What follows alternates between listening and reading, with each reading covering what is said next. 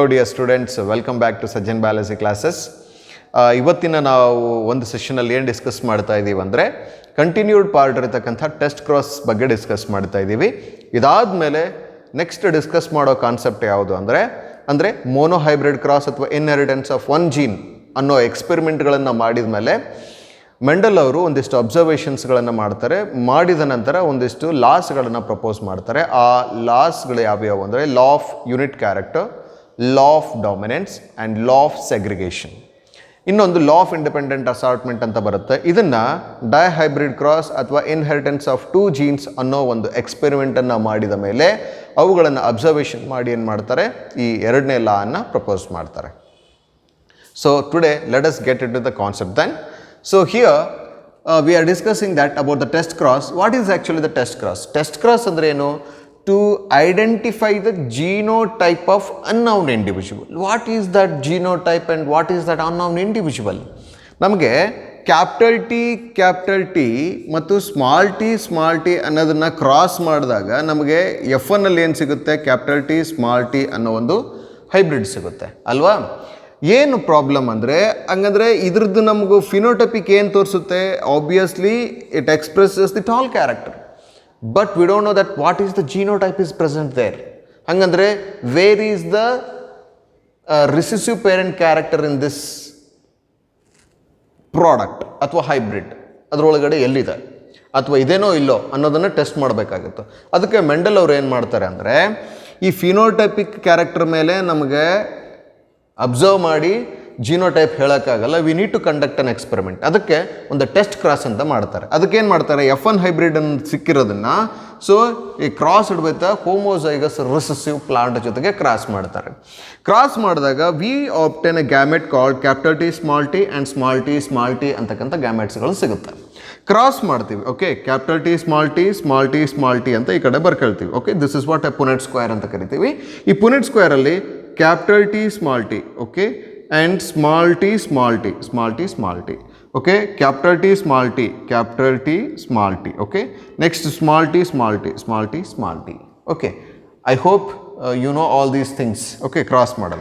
But ನಮಗಿಲ್ಲಿ observe ಮಾಡಿದಾಗ ಸಿಗೋದೇನು, capital T small T ಅಂತಕ್ಕಂಥದ್ದು 50% ರೇಷಿಯೋ ಮತ್ತು ಸ್ಮಾಲ್ ಟಿ ಅಂತಕ್ಕಂಥದ್ದು 50% ರೇಷಿಯೋ ಸಿಗುತ್ತೆ. ಅಂದರೆ what actually the phenotypic and genotypic ratio here we obtained. So ಸಿಕ್ಕಿರೋದೇನು ಅಂದರೆ 1:1. ಮೋನೋ ಹೈಬ್ರಿಡ್ ಕ್ರಾಸ್ ಒಳಗೆ ನಮಗೆ ಸಿಗೋದು ರಿಸಲ್ಟ್ ಏನು ಅಂದರೆ 1:1 we used to get a result. Finally he found that other parental character that expresses in F2 generation along with the genotype, okay, genotype express ಆಗುತ್ತೆ. So ಅದನ್ನು identify ಮಾಡೋದಕ್ಕೋಸ್ಕರ ಅಂದರೆ F1 ಹೈಬ್ರಿಡಲ್ಲಿ so ಈ ಅನದರ್ ಪೇರೆಂಟ್ ಕ್ಯಾರೆಕ್ಟರ್ ಎಕ್ಸ್ಪ್ರೆಸ್ ಆಗುತ್ತೋ ಇಲ್ವೋ ಅನ್ನೋದನ್ನು identify ಮಾಡೋದಕ್ಕೋಸ್ಕರ ಮಾಡಿರ್ತಕ್ಕಂಥ ಒಂದು ಟೆಸ್ಟ್ಗೆ ಟೆಸ್ಟ್ ಕ್ರಾಸ್ ಅಂತ ಹೇಳಿ ಕರಿತೀವಿ. That's all. So you can see once again the definition here to identify the genotypes of unknown individual. Actually ನಮಗಿದು ಅನ್ನೌನೇ, ಬರೀ ಫಿನೋಟಿಪಿಕಲಿ ಟಾಲ್ ಕಾಣ್ತಾ ಇದೆ, ಬಟ್ ಜೀನೋಟಿಪಿಕಲಿ ನಮಗೆ ಗೊತ್ತಿಲ್ಲ ಅದು ಏನಿದೆ ಅಂತ. ಇವತ್ತು ಕಣ್ಣೆದುರಿಗಿದೆ ಪ್ರಾಬ್ಲಮ್ಮು, ನಾವು ಮಾಡಿಬಿಡ್ತೀವಿ ಕ್ಯಾಪಿಟಲ್ ಟಿ ಸ್ಮಾಲ್ ಟಿ ಅಂತ ಹೇಳಿ, but it is actually was very difficult to Mendel. ಇದನ್ನೆಲ್ಲ ಎಕ್ಸ್ಪೆರಿಮೆಂಟಲಿ ಪ್ರೂವ್ ಮಾಡಿ ಅದನ್ನು ಅಬ್ಸರ್ವೇಷನ್ ಮಾಡಬೇಕಂದ್ರೆ it takes a lot of time. So that is that's it about the test cross, and we are going to discuss about now the principles of inheritance. Here we are studying about the principles of inheritance. So based on the observation of monohybrid cross, that Mendel discovered these laws. And which are those? One is the law of unit character and law of dominance and law of segregation and law of independent assortment. Then what are these definitions? It explains. The first one is that law of unit character. Unite is nothing but ಸೇರಿಸಿರ್ತಕ್ಕಂಥದ್ದು.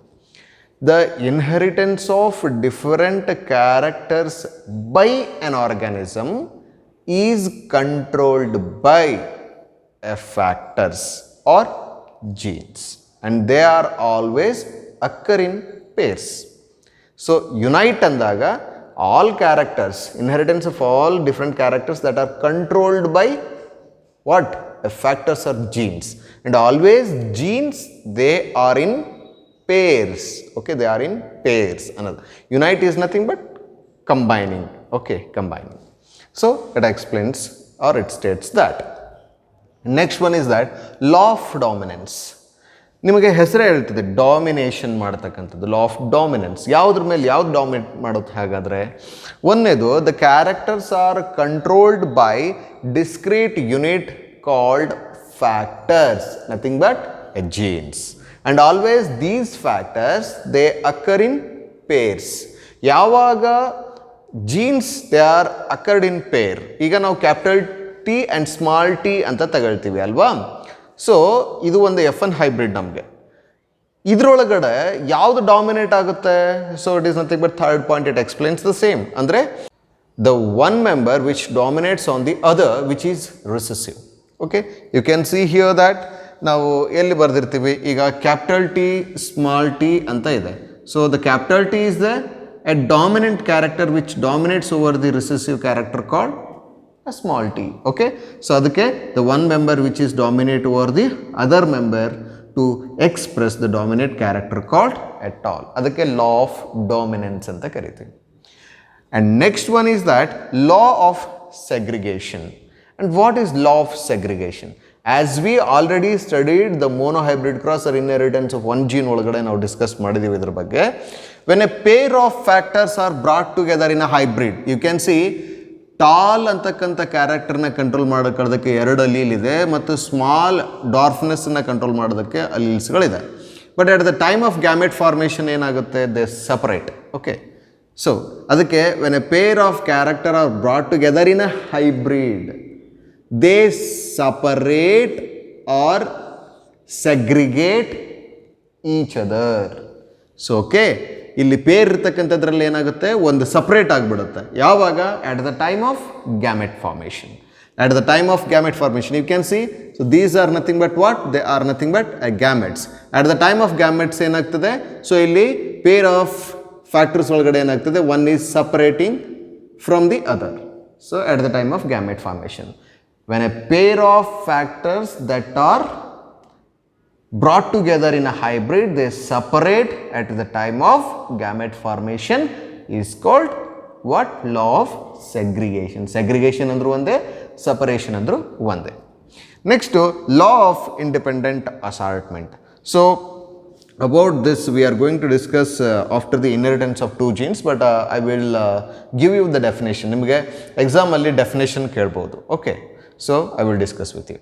Factors for one or two pairs of contrasting characters that are distributed independently one another at the time of gamete formation is called law of independent assortment anta karithíವಿ.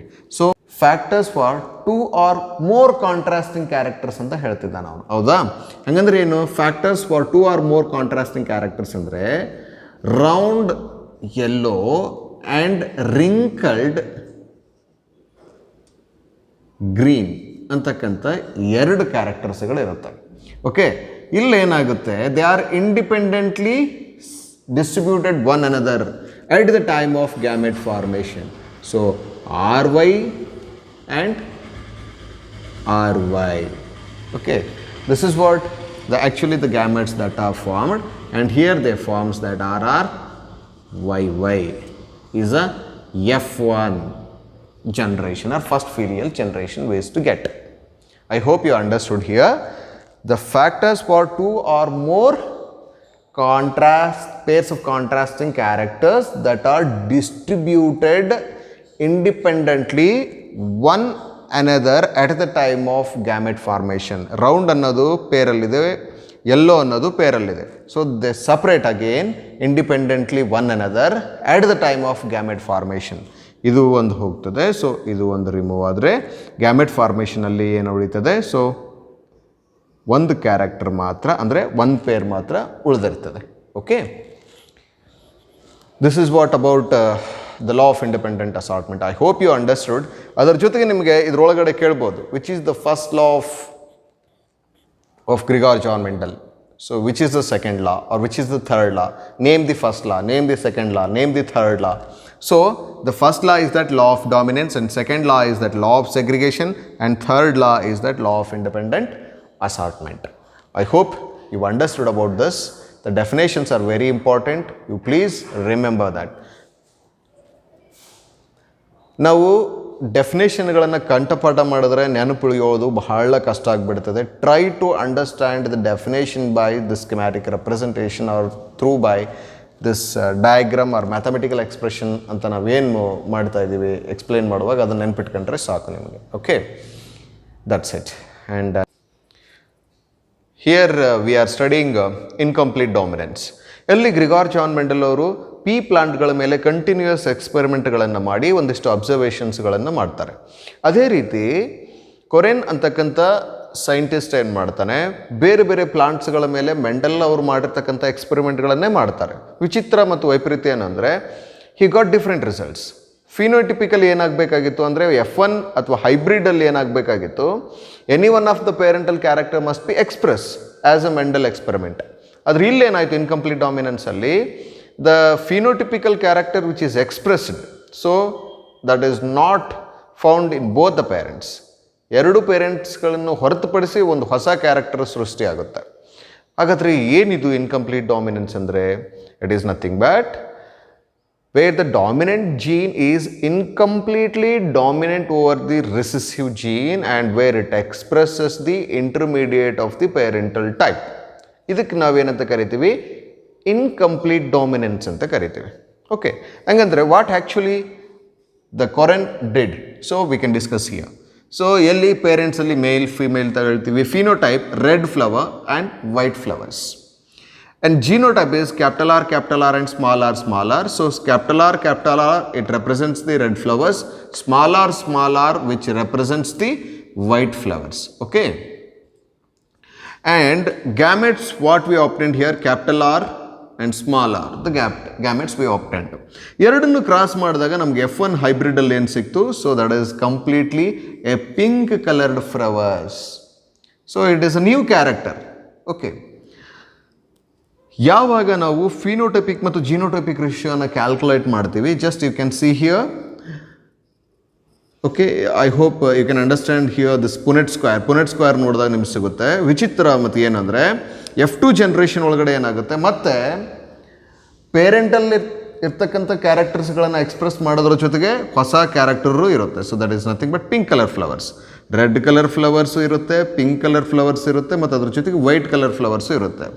So that completely the Mendel ಎಕ್ಸ್ಪೆರಿಮೆಂಟಲ್ಲಿ ಏನು result ಬಂದಿತ್ತು genotypic ratio, that is called 1:2:1, and the phenotypic ratio is that 3:1. ಇಲ್ಲಿ ಏನಾಯಿತು, phenotypic ratio is completely deviated. Phenotypic as well as genotypic ratio we obtained here 1:2:1. You can see that 1:2:1. Genotypic as well as the phenotypic characters are completely different here.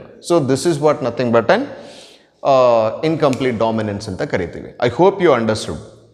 ಇದಕ್ಕೆ understand ಮಾಡ್ಕೊಳ್ಳೋದಕ್ಕೆ ನಿಮ್ಮ text ಬುಕ್ಕಲ್ಲಿ ಒಂದು example ಕೊಟ್ಟಿದ್ದಾರೆ. ಯಾವುದೇ ಒಂದು enzyme synthesis ಆಗಬೇಕಾಗಿದ್ರೆ ಒಂದು ಪರ್ಟಿಕ್ಯುಲರ್ ಪೇರ್ ಆಫ್ ಅಲೀಲ್ಸ್ ಇರುತ್ತೆ. So normal alleles they can synthesize normal enzyme.